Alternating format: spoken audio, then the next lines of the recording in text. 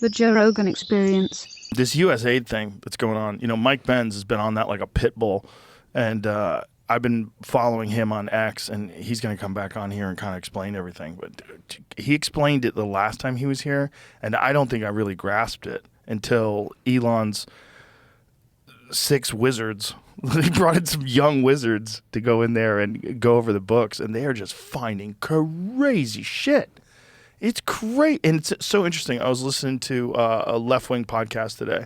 I like to mix it up. I listen to all kinds of different stuff, and it was like I was listening to a different world. Like, they weren't even talking about all of this corruption and all this obvious buying of influence. Instead, they were talking about aid overseas and how people are going to starve. And I'm like, it's mind-boggling, and there's also, I have to say, I'm upset at the general pattern of a failure to recognize how right those of us who hypothesized that there was a racket that had overtaken our entire governance structure, we turn out to be absolutely right about this, and no one's going to mention it. That's mind-blowing. It's very strange that the media is ignoring it, especially the left-wing media. It's just too big of a win for the right, and so they're just ignoring it. And then they're just highlighting the good things that USA did, which I'm sure it probably did.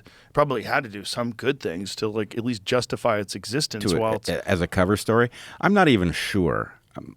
Maybe it doesn't change anything. Obviously, this was a mechanism used to funnel money to all sorts of things that we didn't vote on, that don't make sense in light of our constitutional structure. And I obviously have concerns like everybody else about where this train takes us, but seeing that structure broken up it's a huge relief. They gave $27 million to the George Soros Prosecutor Fund.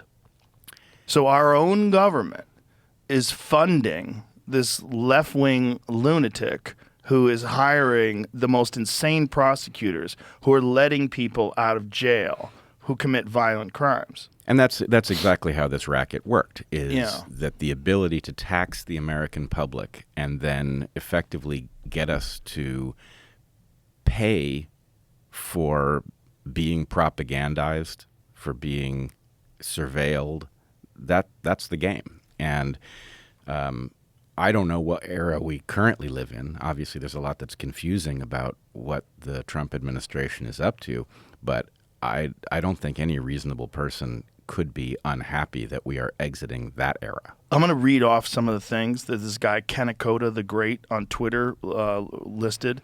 And this is off the Jesse Waters show. USAID, $20 million for Iraqi Sesame Street, $2 million for Moroccan pottery classes, $11 million to tell Vietnam to stop burning trash, $27 million to give gift bags to illegals. $27 million.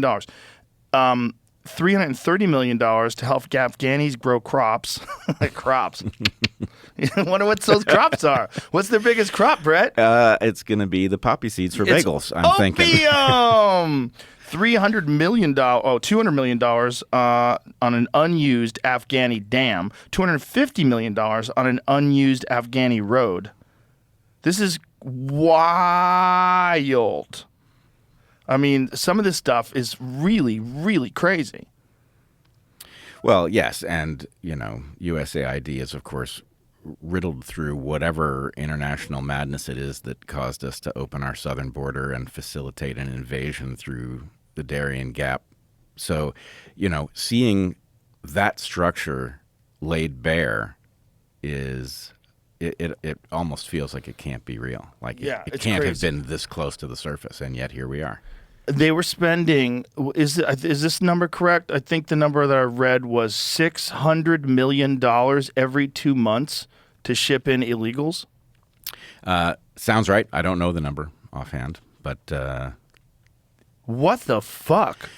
Well, you have to realize that basically we had a shadow apparatus functioning, and it involves all kinds of things. It involves payoffs to people who didn't deserve them. It involves contracting to entities that were necessary to get the work done.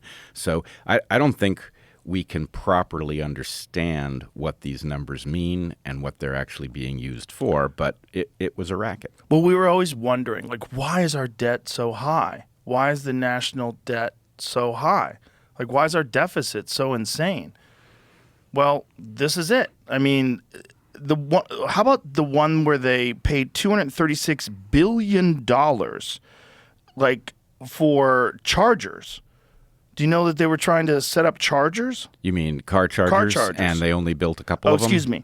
$40 billion for electric car ports. 8 ports have been built. You know how crazy that is? $40 billion for carports. But I have to say, as much as this is shocking, I wasn't surprised. I thought that effectively our entire system had been turned into a racket and that we were basically being fed a cover story from it. And it's weird to now have the evidence of this, but I think it was apparent that whatever had taken over our system wasn't interested in the well-being of average people, that it was interested in the power of the state to take people's resources and redistribute them, and that really is what's been going on for most of our adult lives. And it's also important to note that this progressive, left-leaning, like radical left arm of the government, of the country, was manufactured. Yes. It's all manufactured. It's all manufactured and supported. It's not organic, which is really fascinating about the other side, because the other side, the reaction to it is organic. Like, say what you want about the Trump administration and what you think about him. That was an organic shift where people were like, fucking enough. Yes, it was an overdue reaction. Yeah. The cover story that what we were up to was righting past wrongs was so pernicious and pervasive that it was hard to get our footing to challenge it. Right. But it shouldn't really be surprising that movement wasn't organic. Of course it was induced. It was a cover story for theft. And we're going to be waking up to the magnitude of that theft for quite some time. I think this is going to take years. Chamath said that it's going to be like Iran-Contra on steroids.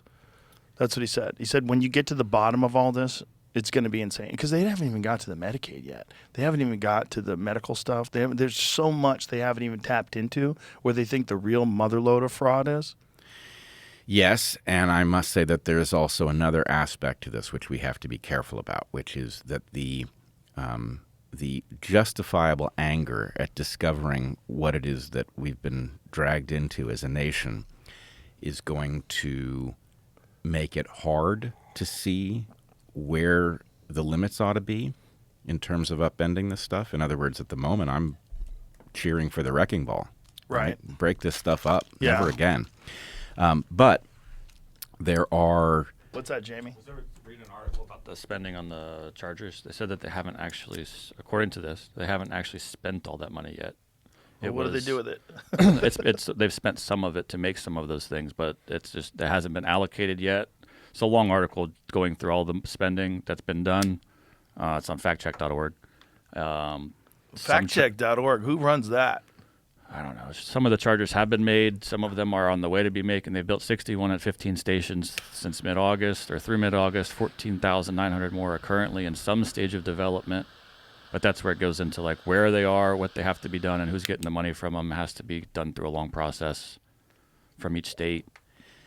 Yeah, the question is, how can we get a proper accounting? As you point out, who the hell is factcheck.org? Well, that's the problem with fact-checking organizations. That should really be illegal. Like, I think if you're a fact-checking organization, we should have stringent rules on what influence is being peddled. Like, who's paying for these fact-checkers? Who's behind the scenes? What is the it should be very transparent. How did you determine whether or not this was true or false? Because there are a lot of things that get said. Like, I don't know if you saw this, but Elizabeth Warren got confronted, and it's on Twitter this morning. She got confronted about the amount of money that she's received from pharmaceutical drug companies. She said she's never received any money from pharmaceutical drug companies and never received any monies from any PACs. And then, of course, underneath it, Community Notes strikes again. And, of course, she received millions. Yeah. She's a fucking liar. Well, and it's an arms race. Yeah. How can pharma cloak the money that it's giving so that there's plausible deniability at the point that Elizabeth Warren is confronted or Bernie Sanders? Bernie Sanders was hilarious. Only 1.5 billion. Only 1.5 million out of 200 million. Only 1.5. Yep, that's what I saw First as he well. tried to say nothing. Only the hardworking people of this country gave me money. Well, I don't think the Democrats understand that it's over and that there was a vast infrastructure that made their feeble arguments viable, and that infrastructure is now collapsing. People are far more aware, and their lives aren't going to function anymore. Well, it makes sense now that we're seeing these numbers because, okay, this was what was funding the infrastructure. Now we get it. Because it wasn't – otherwise, it's organic. This is the will of the people. This is how people are moving. It's not. It wasn't that at all. This was all organic, and it was really about control and money. It had nothing to do with helping people, making people better, giving aid to foreign countries. That's all a cloak and dagger bullshit show. The reality was it's about money. Yeah, it's money and always influence. It's always about power and limited resources. Yeah. And this was a new game taking place at a level that was hard to believe, and therefore many of us couldn't see it. Did you see how they used software to map out 55,000 different NGOs that were used as a branch of the democratic system? No, I didn't catch that. I could send it to you. I think I sent it to you, Jamie, right? We went over it on the podcast before. It's so nutty that this was all kind of like hidden until they started using software to try to like figure out like and map out where all the influence goes.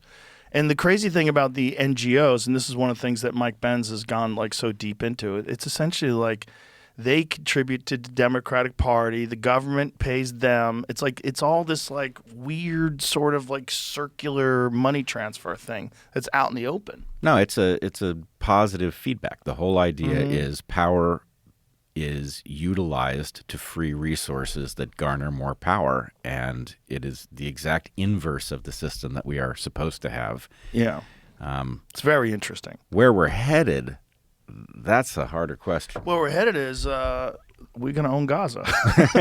Somehow. This is it. So Fractal Technology maps previously hidden connections between 55,000 liberal NGOs, revealing how tax dollars allegedly flowed through major institutions like Vanguard and Morgan Stanley to groups like the Chinese Progressive Association. This breakthrough tracking system can now monitor every dollar going to every NGO, exposing intricate funding webs that traditional tech couldn't detect. So, example, Black Voters Matter Fund's $4 million distribution network was invisible until quantum mapping revealed dozens of subsidiary organizations. The unprecedented mapping reveals a previously hidden web of financial relationships. And that's what it's really all about. And yes. The problem is, sometimes when I see like a list of preposterous scientific projects that have gotten big grants, I read it and I think, they all sound preposterous, but I don't know. Some of these things are likely to have had a good explanation, and it just is not apparent in the soundbite. And some of them are every bit as preposterous as they seem. And so I can't look at a map like that and say what I would expect if the system was healthy. So I'm cautious about it. I don't think the system was healthy. I think the system was a racket from one end to the other. And I've been saying that we've been living in the era of malignant governance where there's basically no element of this you couldn't turn off and make us better. But we have to be suspicious also of our understanding of how a properly functioning system would graph in something like that, so that we don't overrun the train station when we get there.